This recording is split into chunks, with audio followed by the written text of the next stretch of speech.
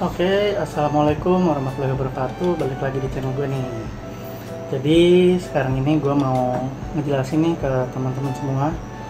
Seperti yang teman-teman semua tahu ya, motor kalau udah di bore up itu kan banyak part-part yang gampang rusaknya nih. Nah, karena Lexi gue ini udah 1 tahun, hampir lah 1 tahun, sebulan lagi 1 tahun ya.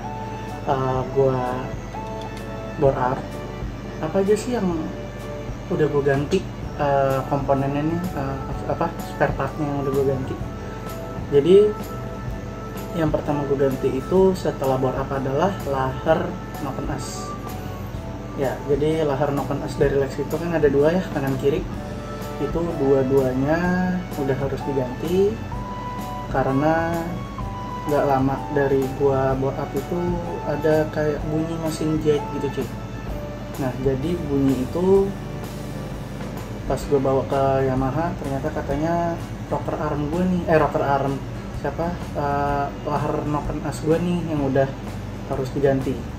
Dan akhirnya gue ganti si lahar noken asnya itu. Tadinya gue mau ganti sekalian sama lahar truk asnya, cuman karena waktu itu tuh Yamaha tuh lagi kalau nggak salah tuh abis banjiran. Oh enggak, sebelum banjir, cuman dia jadi lagi banyak kerjaan lah, dan dia bilang nggak bisa servis yang sampai belah mesin dulu. Akhirnya gue ganti lahar noken asnya doang. Nah setelah yang banjir kemarin itu tuh yang di awal tahun, motor gue di situ kena di rocker armnya. Nah si rocker armnya ini gue bisa tahu dia kena itu juga gara-gara gue bawa ke Yamaha.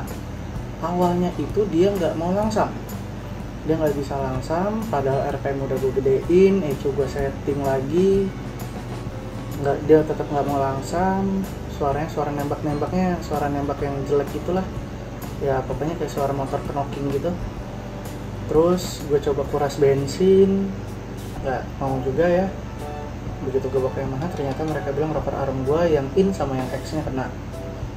Nah itu katanya juga baret di pelornya katanya, dan akhirnya gue ganti juga. Nah setelah gue ganti si rocker arm itu oke, nggak ada masalah lagi. Nah selama gue pakai dari awal bore up sampai sekarang, permasalahan nggak cuma itu sebenarnya cuy. Jadi karena kita udah pakai motor yang bukan standarnya lagi, itu kita juga harus perawatan ekstra. Contohnya yang pertama itu oli.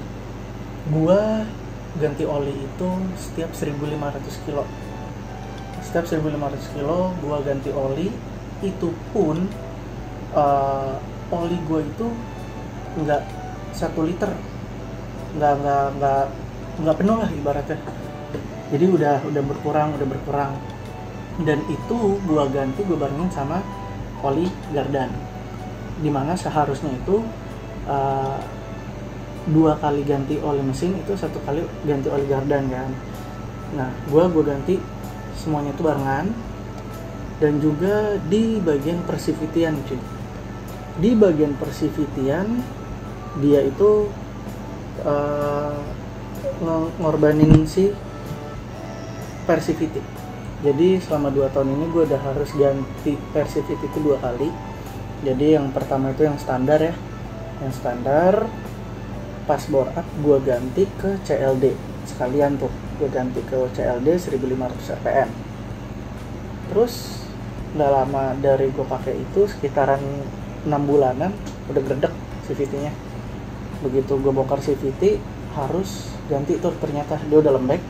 Gue ganti yang Kawahara dengan RPM yang sama, gue ganti. Dan sekarang sebenarnya udah harus ganti lagi, cuman karena lagi musim corona begini, toko gue juga gue nggak tahu dia buka apa enggak, dan gue yang tinggal di daerah Bintaro ya, untuk ke Bates daerah Ciledug itu agak beresiko sebenarnya udah di saat-saat begini. Jadi gue mikir ya udahlah, gue pending aja, dan motor juga kan nggak gue bawa kemana-mana kan, karena gue sering di rumah. Terus servisnya cuy, kita nggak bisa servis entar-entaran nih, namanya motor bore up begitu. Nah motor gue ini gue borosin sedikit bensinnya itu di RPM bawah sampai tengah, dimana bensin yang terlalu banyak juga dari kadar AFR yang sebenarnya itu kan menimbulkan banyak kerak ya. Nah keraknya itu bikin performa motor kita tuh juga menurun cuy. Jadi gue servis itu gue patokin 1.500 itu atau 2.000, tergantung dari di saat spare waktu itu tuh gue lagi sering bawa nih motor atau enggak.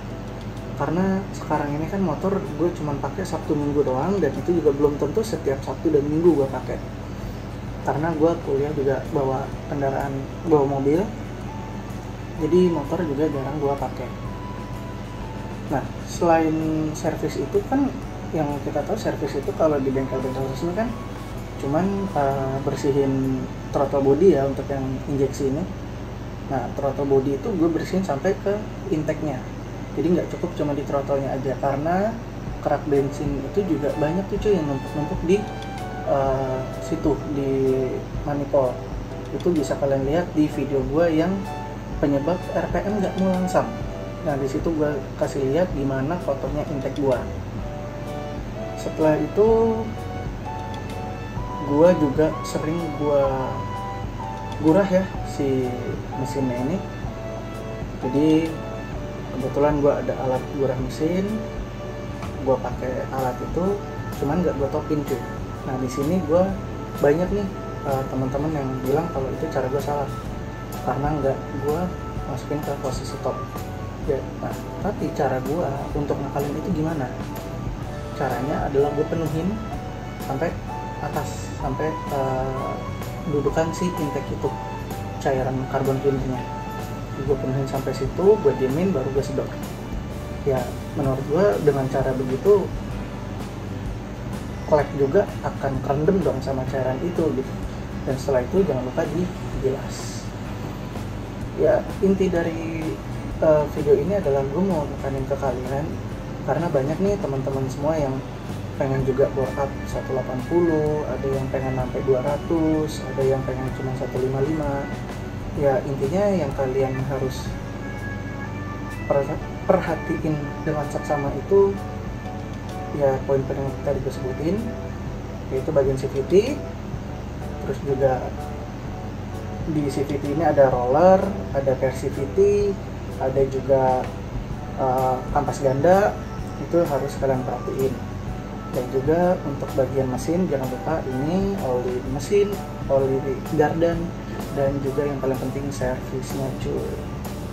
Dengan kayak gitu insya Allah motor kalian meskipun di bore up sampai 200 cc pun aman. Oke, videonya gua rasa cukup sampai sini, kurang lebih mohon maaf. Gua cabut, see you in the next video, bye.